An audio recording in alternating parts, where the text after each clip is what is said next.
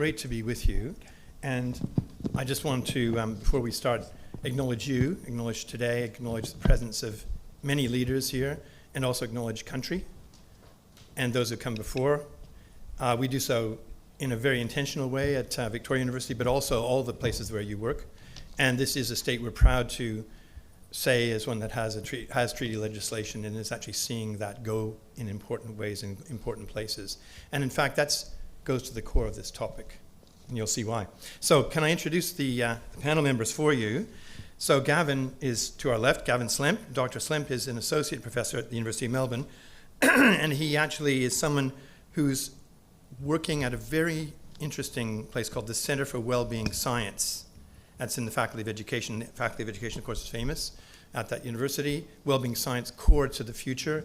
Formerly was known as an area where positive psychology was practiced, but that has moved on in different ways, and we were just talking about it before out in the foyer. And Gavin has areas of expertise, including what's now called job crafting, a bottom-up approach to job design, motivation, employee health, interventions, mindfulness, coaching, and he's authored a number of books and over 30 peer-reviewed journal articles in those areas, and worked formerly as a management consultant too, so he's seen all sorts of different sides of this work. So welcome to you, it's great to have you. And my colleague, Rohenna Ro for short, is director of what we call our Thrive program. I think she's porting the t-shirt from that, which is a view invention, not the word, but the program.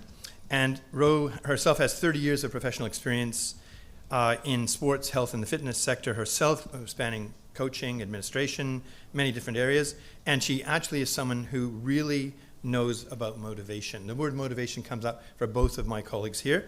And truthfully, whether or not one considers people on campus or human beings in the community, it becomes a permeable thing in the Thrive program. We're going to hear about that and what it does and what it has done. She herself, Rohenna, is someone for whom the Victorian Football League women's final actually has an annual leading goal kicker award in her name. So she comes by sports in a really deep and meaningful way. So welcome to you, Ro, having you there. So I'm going to sit down and join the crowd. So thank you very much for being with us. And thank you.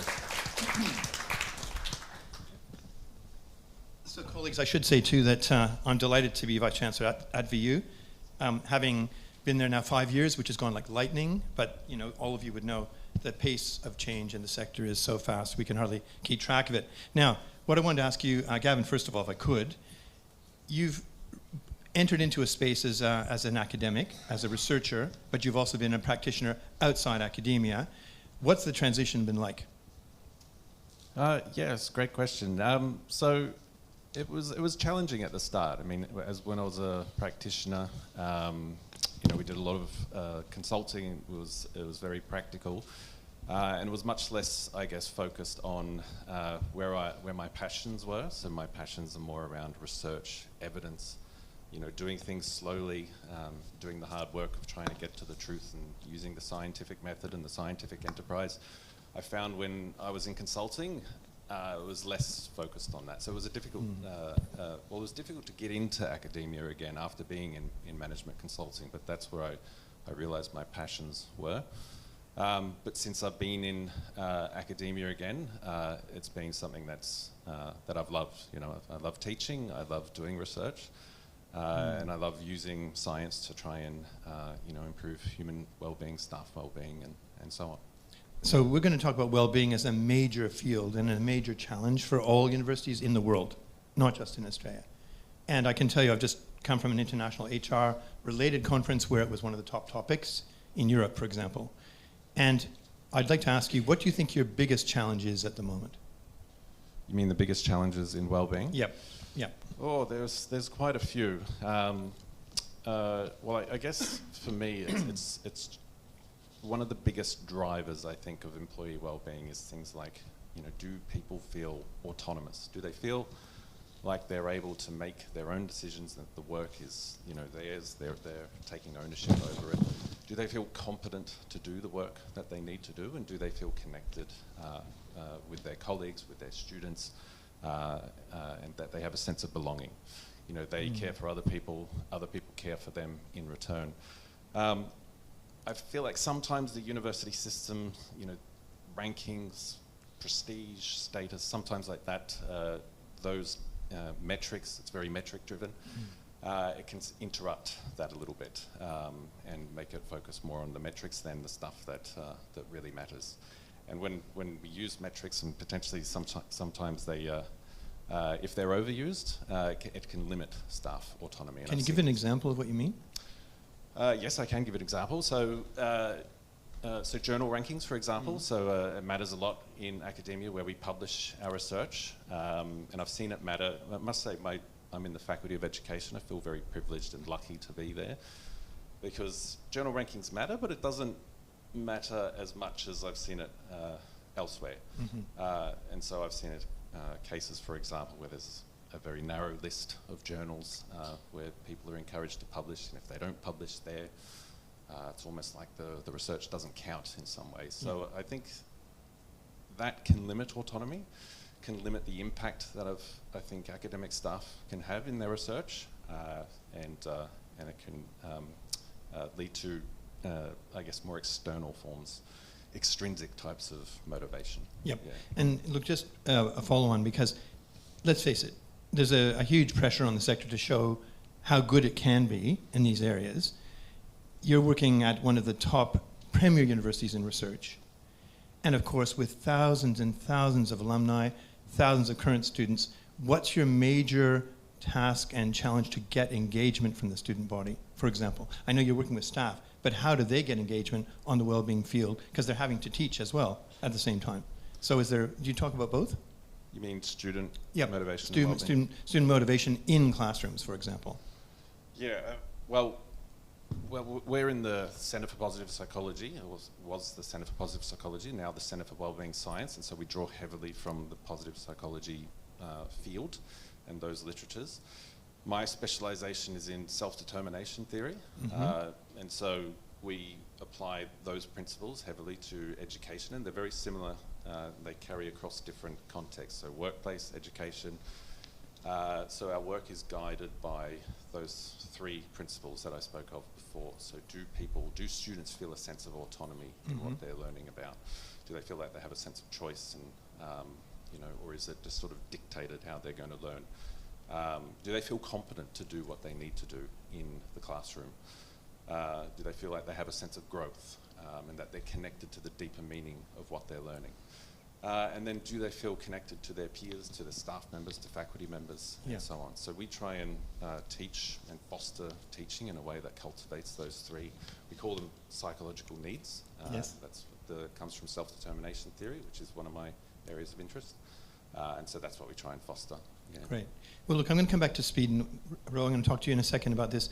There's a huge debate worldwide about speed, time spent. So on the one side, it's thinking slow and thinking fast, to go back to that whole behavioral economics question. One school of thought is that everything from onsen, forest worshipping, going through, think of, the mindfulness, debate about slowing things down so people have more awareness of their surroundings and what they're learning. Everything of that sort is deep, and saying, take your time, build slowly, get the knowledge, don't rush. On the other hand, you mentioned speed. Never before has there been more pressure to rise up fast. Whether it's Claude or, ChatGPT, doesn't matter what form you're using, it's quick, it's rapid, it's almost instantaneous, and the pressures are too. So how do we tread the path between fast and slow? Not an easy thing. Do you have a view on that, Ro, at all? How do we get students or staff to both slow down and speed up at the same time? I think, it's a balance. There are pressures. University is a pressurised environment that has ebbs and flows when things are due, when, there's higher demands for work, students have exams and assignments and all that sort of stuff.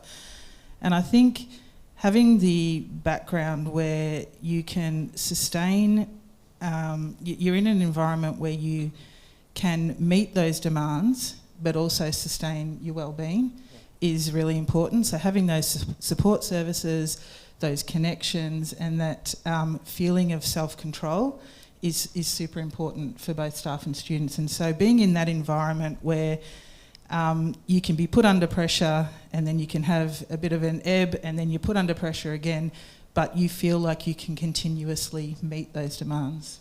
And full disclosure, we've been talking about this a bit, and also the Thrive program itself is intentionally designed for more sense of agency. You talked about self-determination as well. And agency is hard to come by for many people. But if one can find a way for the determination to be initiated by people, not just by staff, but by students, it changes the world. Do you want to give an indication of how Thrive works, how the program works, and how students can play a role in it? Yeah, I can give the overview of Thrive was, it was born coming out of COVID. That was when it was a long-standing idea, but it got its sort of time to shine coming out of COVID, when there was a state of uncertainty. People were feeling disconnected. There was certainly silos that were created as a consequence of the prolonged isolation. And the vision for Thrive and the pitch that I made was simple but ambitious. How can we rebuild connection? And we do that through active living, social connection, creativity, play and wellbeing activities. And they could be as short as 15 minutes or multi-hour activities. I think the things, there's probably 5 elements that I'll quickly touch on that make Thrive work. The first one is that students and staff participate together. And so we might have a campus picnic, or play a pickleball slam, or do some rock art. But essentially, what it is just joyful moments where that hierarchy disappears and the community takes over, and it's just a group of people having fun. The second thing is that it's genuinely co-created. We have quite a small Thrive team, and we have to spread ourselves across 6 campuses, so there's no way that we could do it without the input of the staff and students. There's a long-standing and well-known open invitation to come forward with ideas, and we help those people, staff or student, bring those ideas to life. So we'll give them resources, we'll coach them, we'll support them.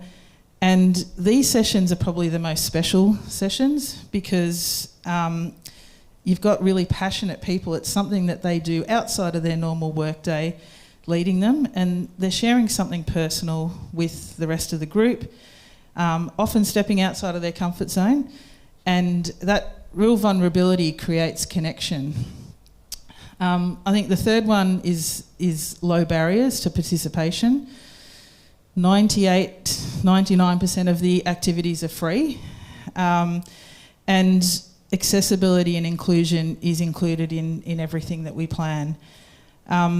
Participation, or expected participation, is embedded in the campus culture. So if you want to participate, you can participate. You can take time out of your workday. You can go before or after class, and academics are now even including Thrive activities into the curriculum.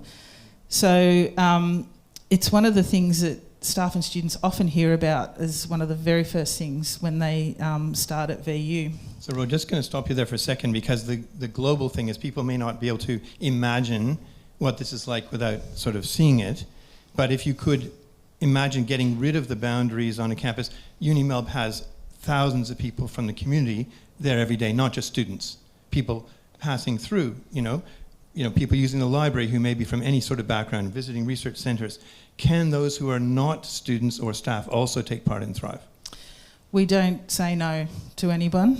So we've had, one of the lecturers, his background is birds, and he said, I'd love to take some bird watching walks, and when we advertised them, we had heaps of staff saying, I'd love to do it, but my husband, partner, daughter, can they come along? And we always say yes, because getting people onto the campus, getting to know us is, I think, can only be a good thing.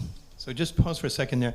This is what I was going to get at. You're talking about intentional job design and job crafting, which is part of the mix. It's absolutely, as it were, the person-centered approach. The individual helps determine their own job.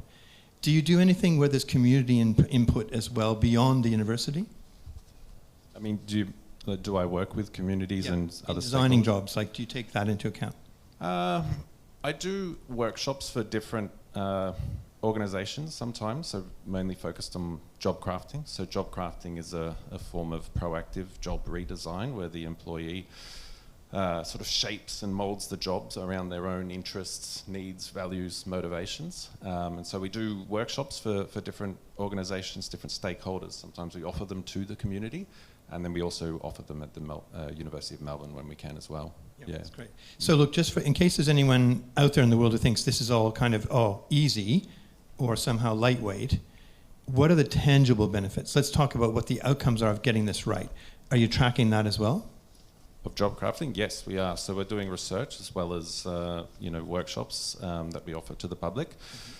So we've done a lot of research. In fact, it's one of the most active areas of research in the organisational sciences at the moment. I led a special issue with Professor Arnold Backer last year, and we did a review of the job crafting literature to start that, and we found that it started about 25 years ago, and then now, up until now, it's about 600 publications a year just on this topic. So, and what that's showing, there's been a lot of reviews, is that job crafting can be very helpful for employee well-being, so it's positively related to employee well-being. So the more they tend to do it, the better their well-being tends to be.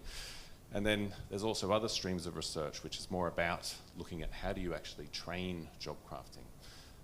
So how do you teach people to be more proactive and to take more intentional effort and use more agency in the work that they're doing. Those also show benefits in terms of enhancing well-being and performance. So it's not always 100% a benefit, because people can do it in ways that are not always productive, and so that's part of the workshops that we try and do, is to try and coach them and help them do it in the most productive way. But generally, evidence is pretty strong that job crafting is something that is effective. Yeah. And let's just face it, morale is huge, right? That's such a big issue in any organization. Measuring it, showing it, doing it. National surveys show there's, it's under pressure. And in terms of students, actually physically coming to campus is under pressure. That's also the case. Do you see anything, Ro, in terms of encouragement for it actually physically coming to campuses because of the programs that you're running? Yeah, there's certainly both staff and students. We've had staff say to us, what day are you going to run X, sort of activity, and they move their working from home day to that day, to another day, so that they come on campus so they can participate.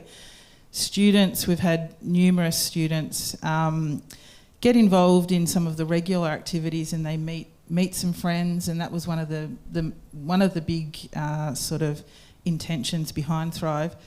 And they keep coming even when they don't have classes on that day. So they, the importance of the activity is sort of beyond just doing something to fill the day. It's actually giving them that real connection and belonging to other people, but also to the university. So give us the numbers, if you would, because I think people will be interested in the stats to know what's going on.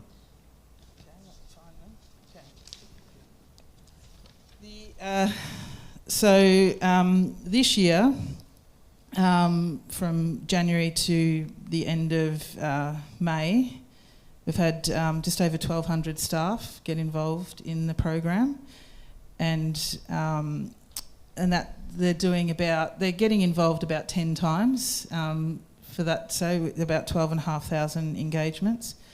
We've had just under 5,100 students get involved this year, and around about just under 45,000 engagements with that.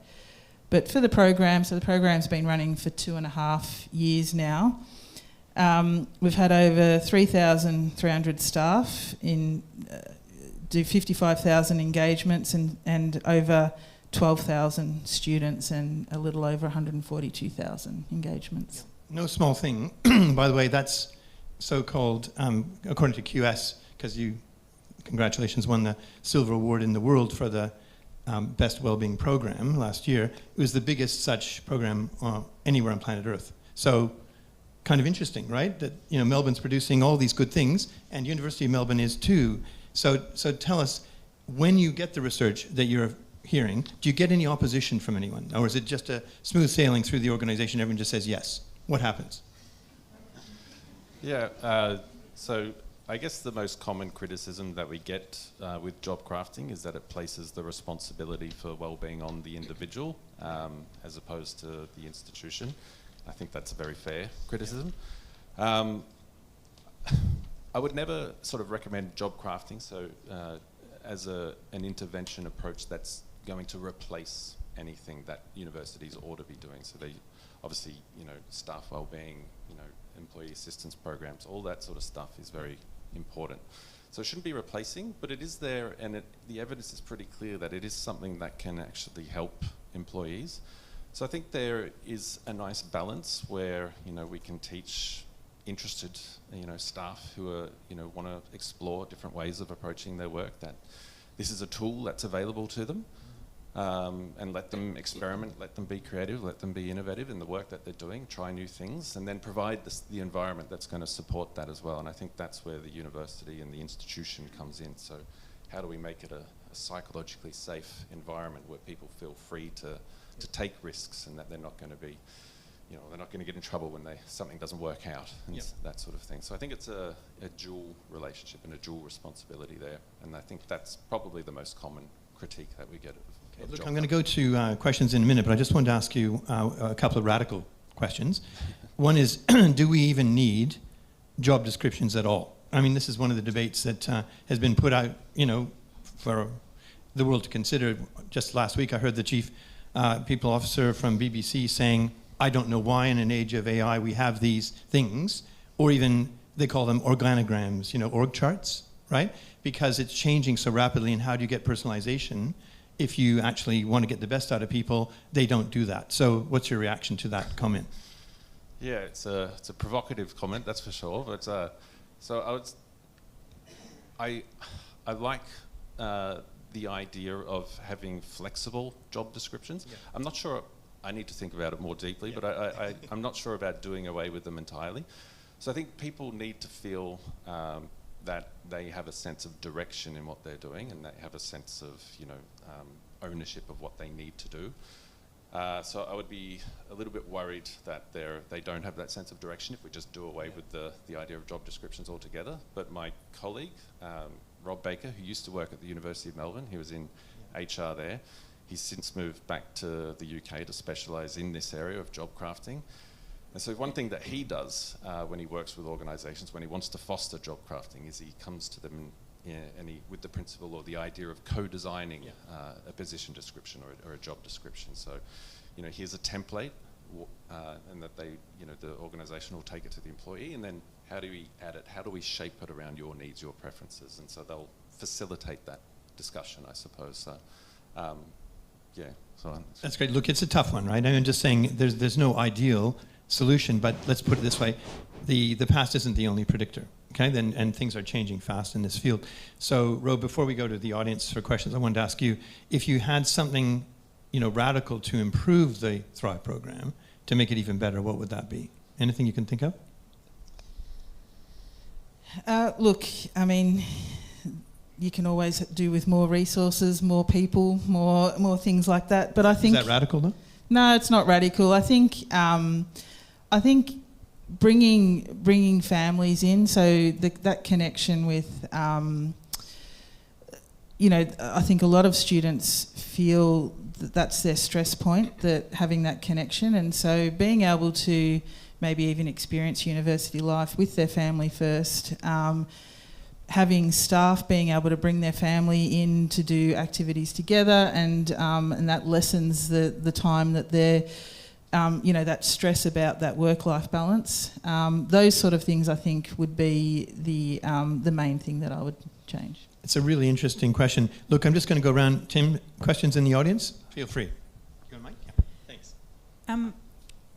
Adam, I heard the other day that people experience your state of being long before they experience your strategy. And so I wondered if you had any personal reflections on how you maintain kind of well-regulated state in the pressures of being a Vice-Chancellor at VU. Hey, thank you for the question. I mean, I've been lucky enough to pose a few, and I'll try and answer that one.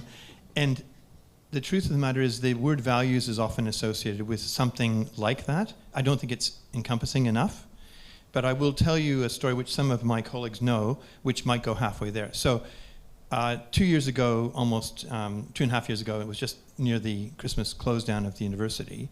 I was clearing out the office, and I was just wearing, t-shirt and shorts, and I had a lot of recycling to put. We have a lot of various recycling projects, and the students run it. And so I had this big bucket full of plastic to recycle. And I was just literally dumping it in the recycling, bin. I saw these 8 people walking on the campus. This is like the 22nd of December, okay?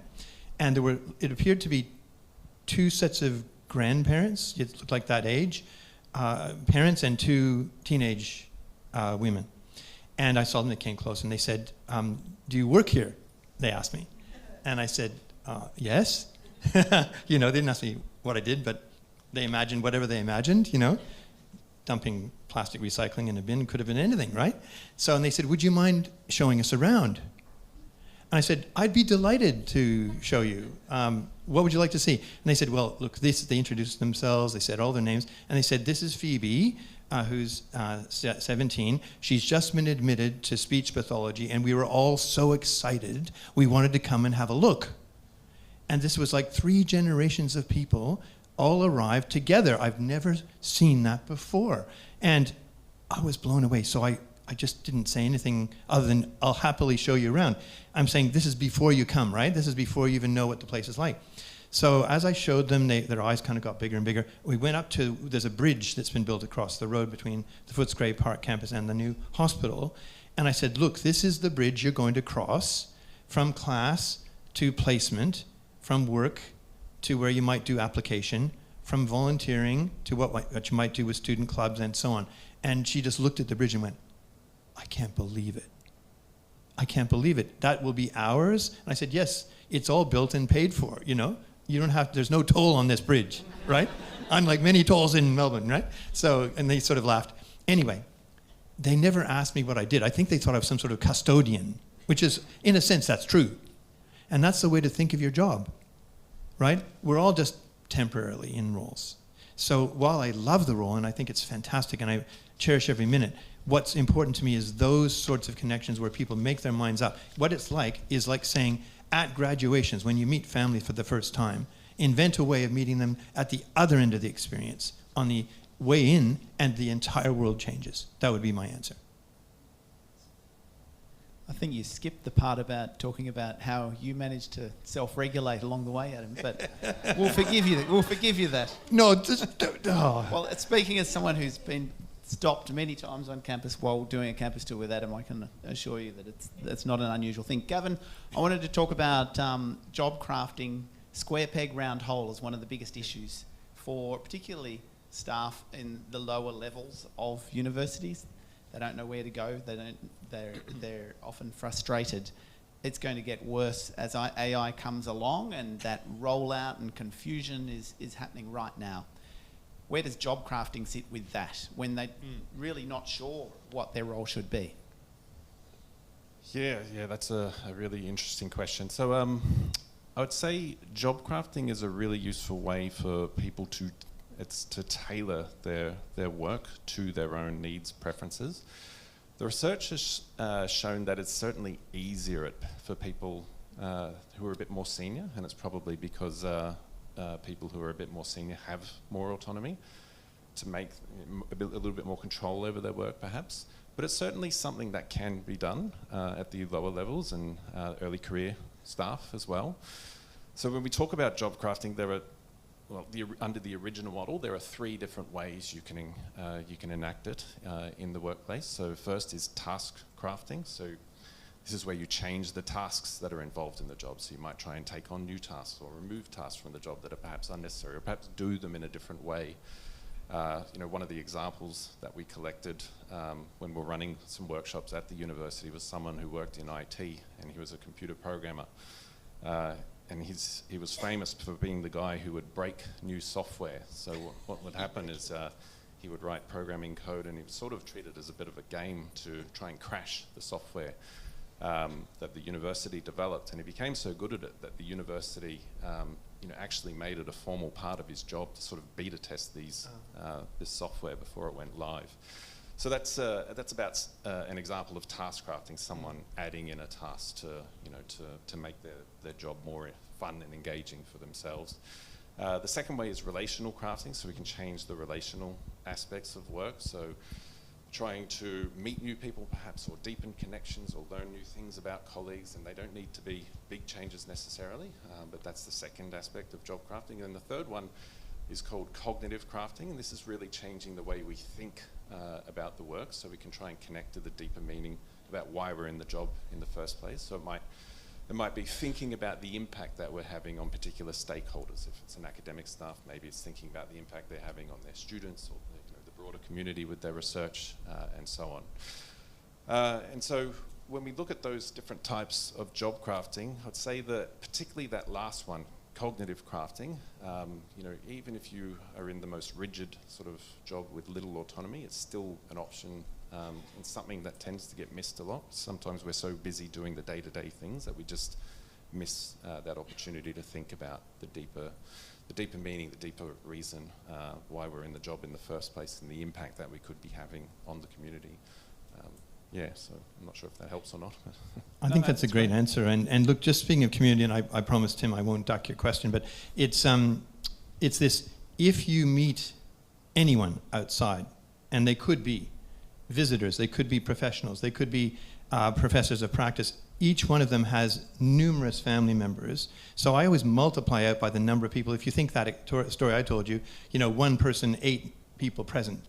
So just think of the multiple effect on society, on the community, if all 8 have a view that they now understand the university sector better, And imagine that all the way through programs, from the very first Cert 3 in a TAFE program right through to PhD and beyond, postdoc. That's the challenge. That's the shape and size and dimension of the challenge. And it's actually something we could rise up to.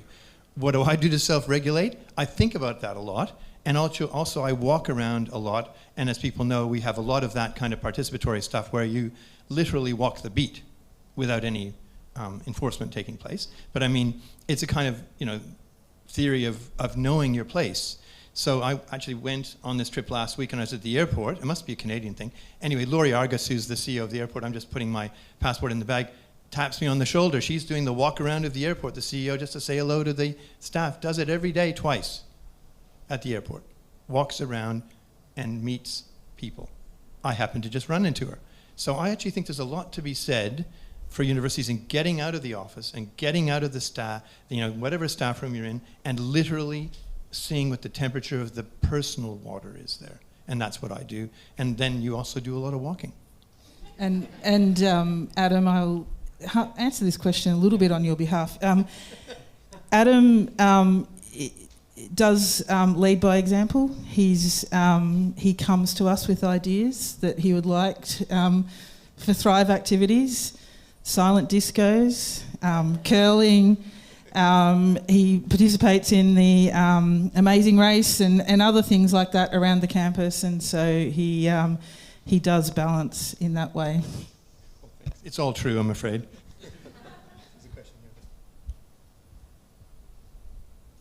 Thank you. I'm particularly interested in the job crafting subject.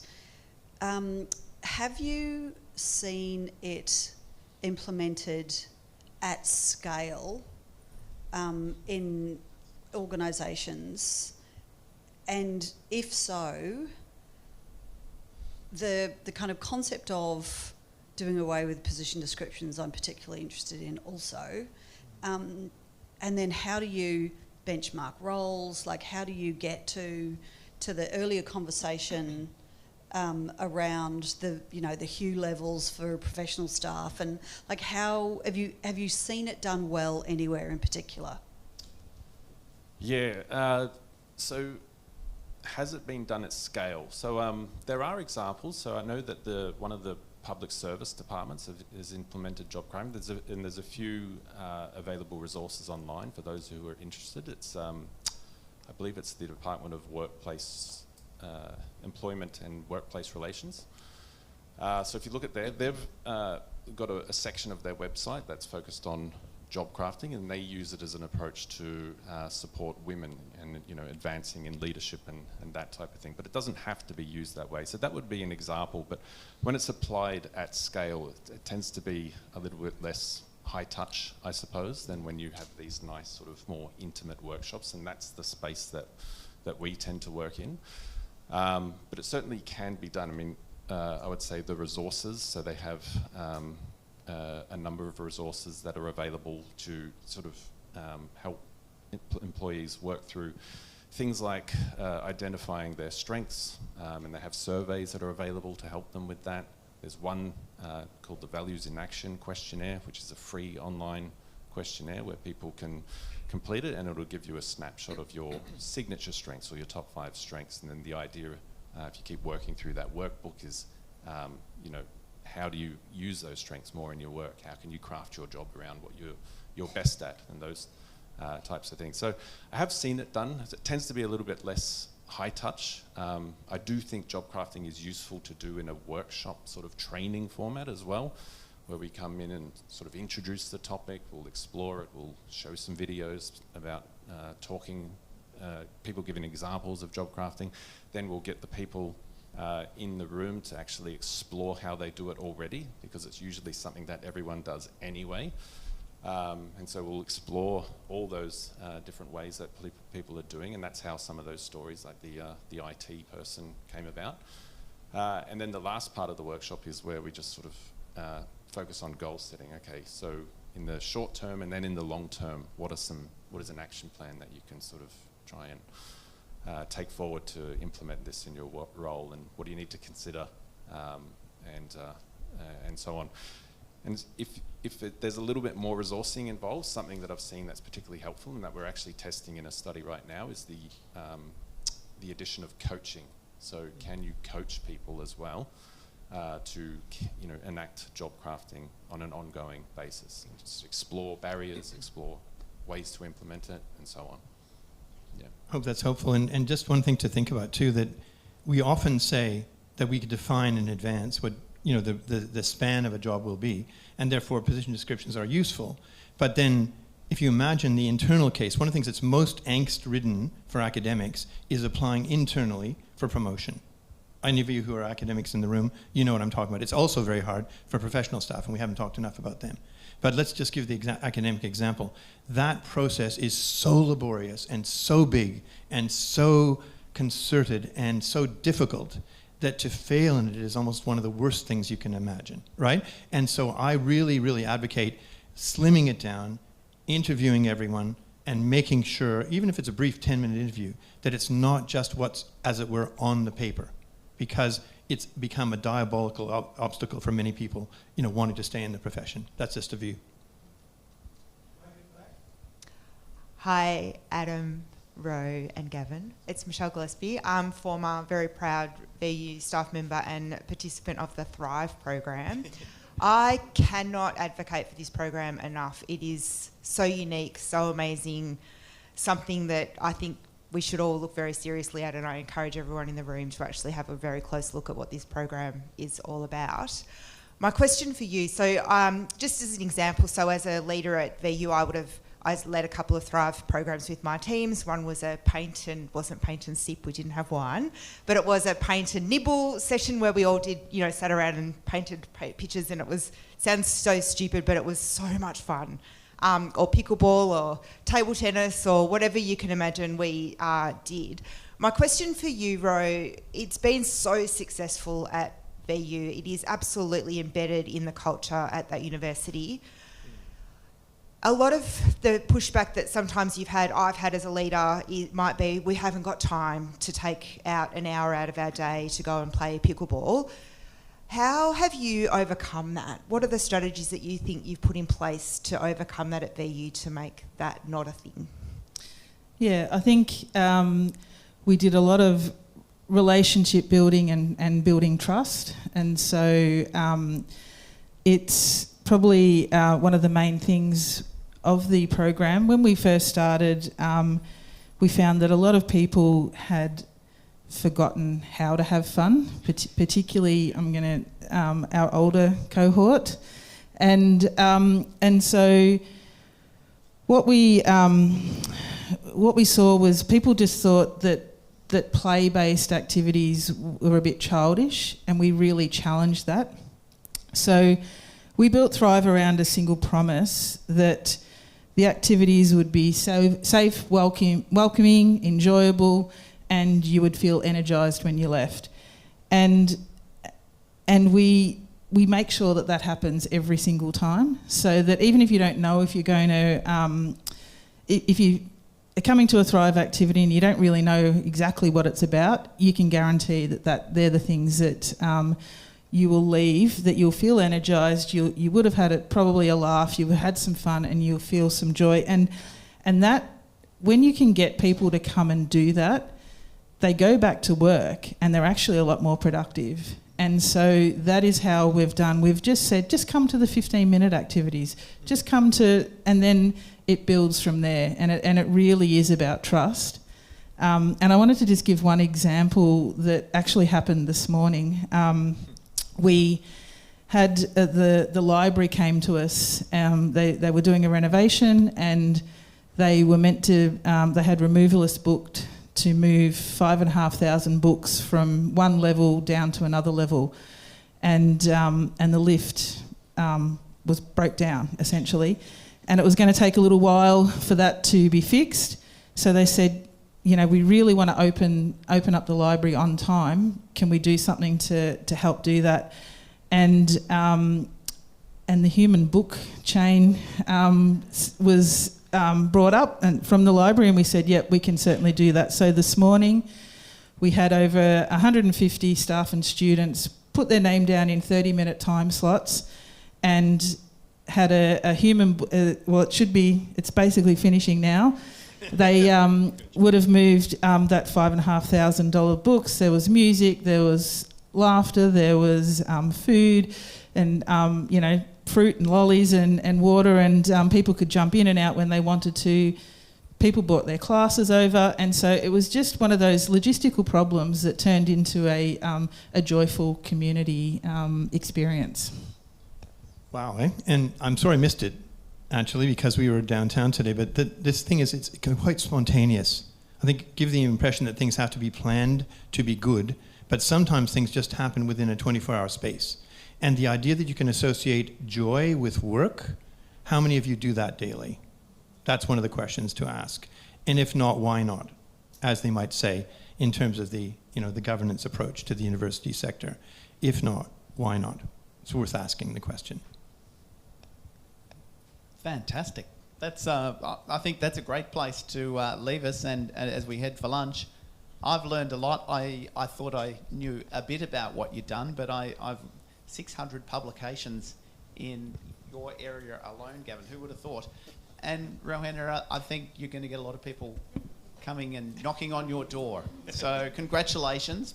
Thank you all. It's been a really illuminating discussion, and round of applause for them, please. Thanks, Gavin. Thank you.